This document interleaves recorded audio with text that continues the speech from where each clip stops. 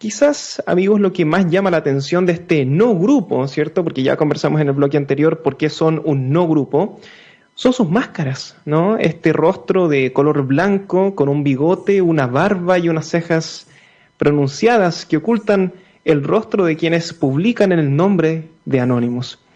Y es que no las usan solo ellos, ¿no? Sino que el protagonista de V de Vendetta la lleva durante todo el filme. Esto porque el personaje revolucionario de la película se inspira en una persona real para llevar a cabo sus actos. Y eso es lo primero que tenemos que tener clarísimo. El rostro no es al azar, sino que representa a alguien. Y ese alguien es Guy Fawkes, ¿cierto? Se escribe Fawkes. En caso de que lo quieran buscar, es una historia muy interesante. Quizás algunos lo hayan escuchado nombrar también como Guido Fawkes. La última vez que firmó un documento, de hecho, lo hizo bajo ese nombre, el de Guido. Pues ese fue el nombre que se dio él a sí mismo cuando estuvo apoyando al ejército español. Este señor, y les voy a contar su historia porque es muy interesante. Este hombre fue parte de los conocidos católicos ingleses que pasaron a la historia por ser parte de la conspiración de la pólvora. ¿Habían escuchado alguna vez esa? La conspiración de la pólvora. Es brutal esa historia. Y esto es muy potente porque es muy al estilo Game of Thrones. O sea, pareciera como que fuera mentira. Ocurre que Guido, junto con Robert Gatsby, descontentos con la aristocracia protestante que dirigía el país y ya cansados de las leyes anticatólicas, que entre otras cosas les prohibían ir a misa, por ejemplo, era ilegal ir a misa, además de que habían ejecutado a muchos católicos también en ese tiempo, se organizaron. ¿Y para qué se organizaron? Para matar no tan solo al rey Jacobo I, sino que a toda su familia y a la mayor parte de la aristocracia inglesa. Estas personas decidieron conspirar en contra de la corona casi completa e ir con todo. Iba a ser una ejecución masiva. ¿Y cómo lo iban a hacer? ¿Cómo te cargas a toda la aristocracia de un solo golpe?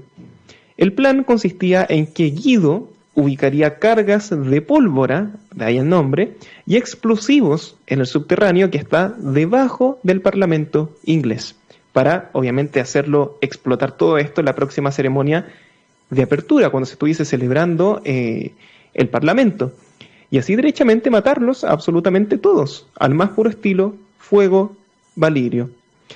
Efectivamente, Guido, junto con el resto de sus compañeros católicos, arrendaron una habitación en el subterráneo del Parlamento y poco a poco fueron llevando barriles llenos de pólvora. Es impresionante, o sea, parece como una serie.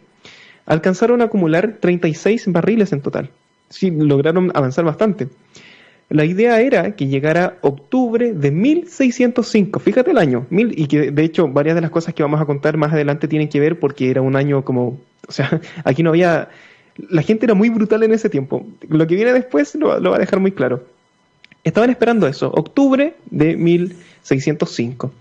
Apenas se abrieran las sesiones parlamentarias, todo el lugar estallaría y cumplirían su misión de deshacerse de toda la clase política de una sola vez. O sea, estos eran unos revolucionarios brutales.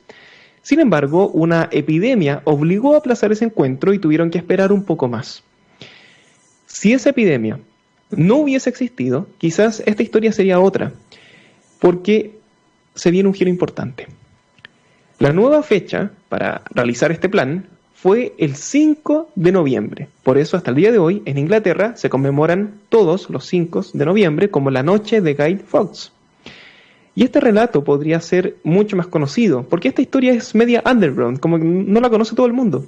Pero fácilmente podríamos leer en los libros de historia sobre aquel día en el que el Parlamento inglés explotó con toda la clase política dentro, y todo el mundo voló por los aires entre el fuego, la pólvora y la locura revolucionaria.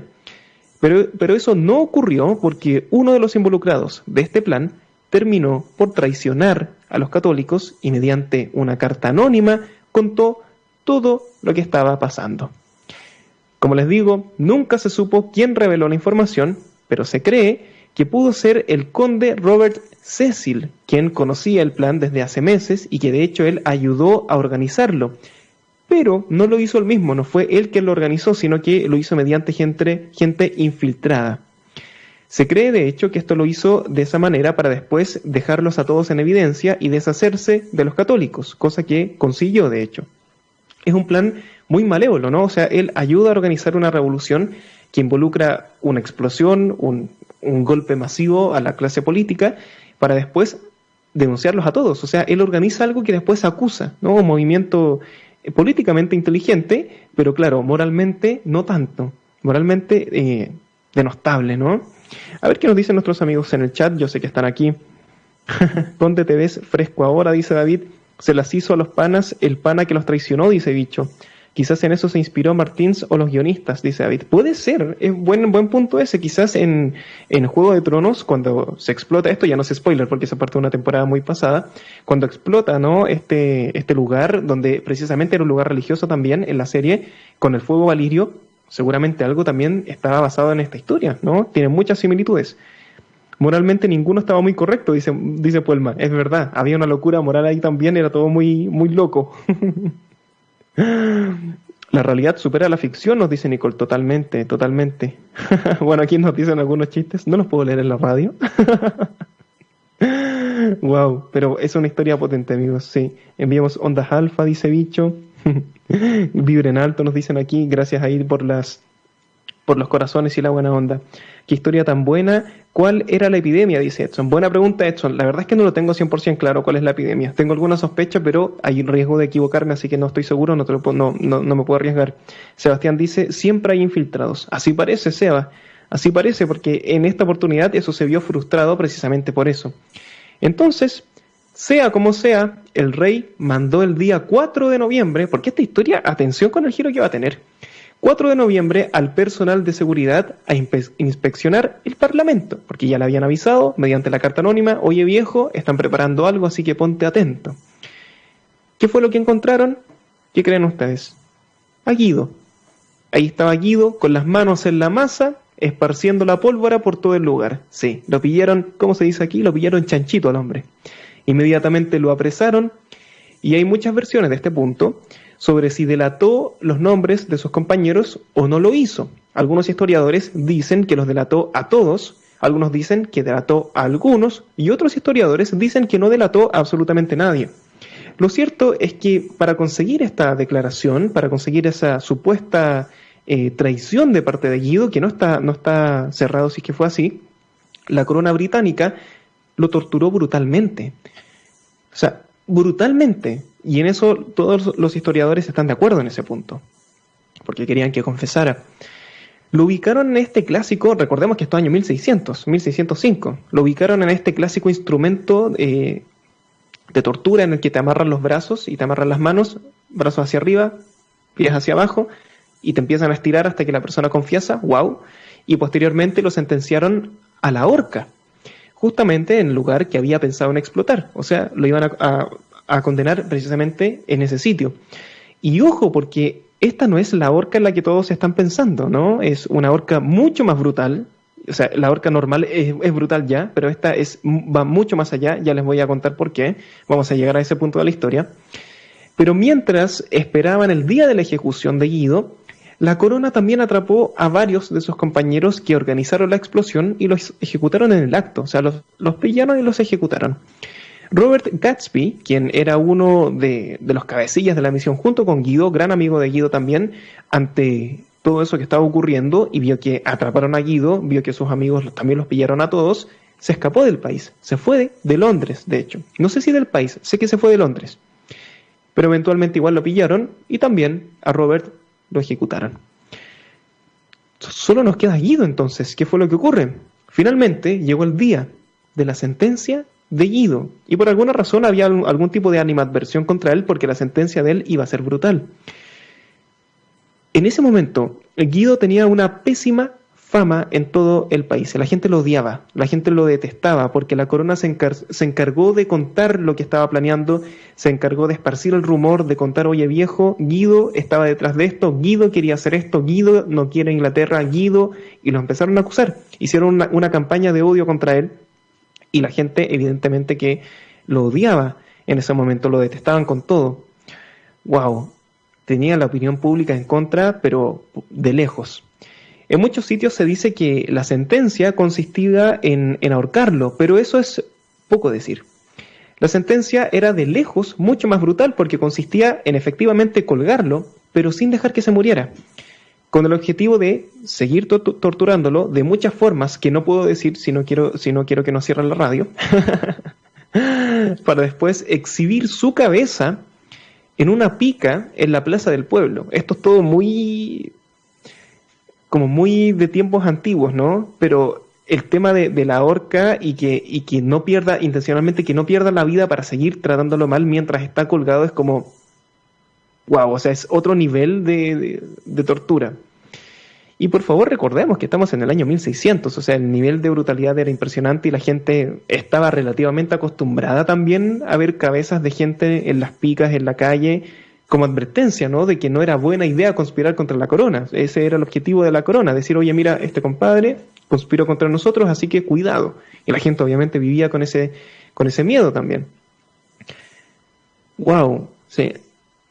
De hecho, esto fue tan potente que la gente que estaba en ese momento ahí, para ver cómo a Guido le iban a hacer todo eso que venía después, había pagado una entrada.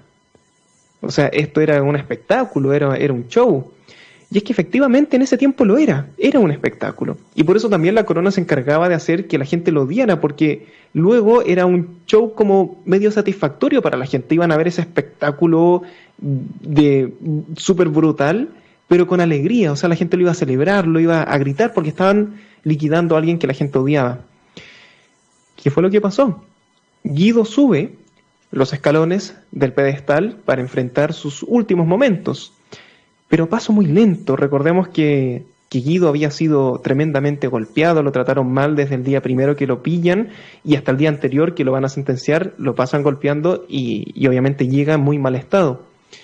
Se sube lentamente en el lugar indicado, le amarran la soga en el cuello y al parecer, y aquí viene un giro de último segundo, en ese último momento, en ese último instante, Guido se da cuenta de que la cuerda estaba mal puesta.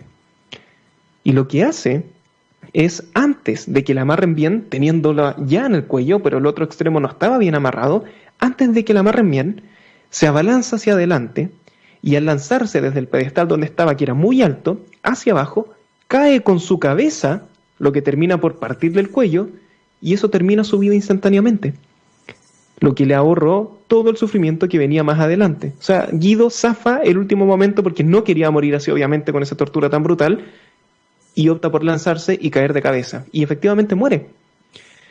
Hasta el día de hoy, aunque es cierto que más por tradición que por precaución, todos los 5 de noviembre la corona inglesa registra el edificio del Parlamento. Y el sótano no, porque ese lugar ya no existe después de un incendio. Pero hacen este protocolo de registro como cierta señal de que están atentos. Si buscan las imágenes de Guy Fawkes o Guido Fawkes, se darán cuenta de que es él quien está representado en la máscara de Anonymous, que hoy lleva a este no grupo de hackers activistas. Una historia fascinante, ¿no? Para compartir en familia. Vamos a escuchar, amigos, una muy buena rolita y ya estamos de vuelta. No se vayan, porque al regreso les voy a contar por qué Anonymous ha decepcionado tanto a muchas personas, entre las cuales me considero. Esto es Sabotage de Beastie Boys.